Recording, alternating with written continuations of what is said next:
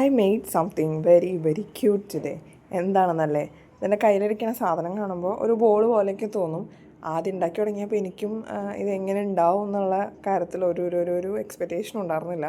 പക്ഷേ ലാസ്റ്റത്തെ final result കണ്ടപ്പോൾ ഉണ്ടല്ലോ, ഞാൻ ഉണ്ടാക്കിയതിൽ വെച്ചിട്ട് എനിക്ക് ഏറ്റവും ഇഷ്ടപ്പെട്ട ഒരു സാധനമായി മാറിയതേ എന്താണെന്ന് മനസ്സിലായിട്ടുണ്ടാവും. ഇതൊരു ഒക്ടോപ്പസ് ആണ്.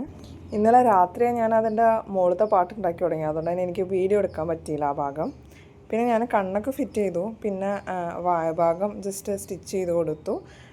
സത്യം പറഞ്ഞാൽ ആ വീഡിയോയിൽ ഇതൊന്നും ഉണ്ടായിരുന്നില്ല, ജസ്റ്റ് കണ്ണ് മാത്രമേ ഉണ്ടായിരുന്നുള്ളൂ. പക്ഷെ എനിക്ക് ഒരു ചിരി കൊടുത്താൽ നല്ലതായിരിക്കും തോന്നി. അപ്പോൾ ഞാൻ അതുപോലെ നല്ല ഭംഗിയുള്ള ഒരു സ്മൈൽ കൊടുത്തു.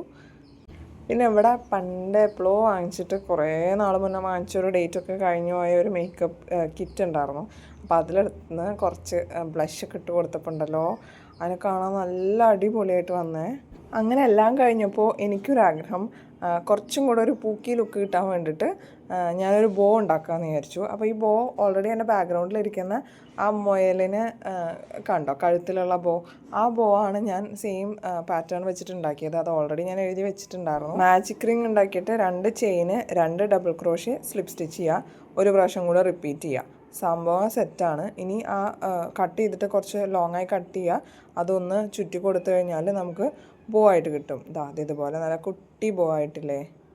ഇനി അതൊന്ന് ഗ്ലൂ ചെയ്തിട്ട് ആൾക്ക് തലയിൽ വെച്ച് കൊടുത്തപ്പോൾ നോക്കുക കാണാൻ ഇത്രയും ക്യൂട്ടായിട്ട് വരുന്നത് ഞാൻ ഒട്ടും എക്സ്പെക്റ്റ് ചെയ്തില്ല കേട്ടോ.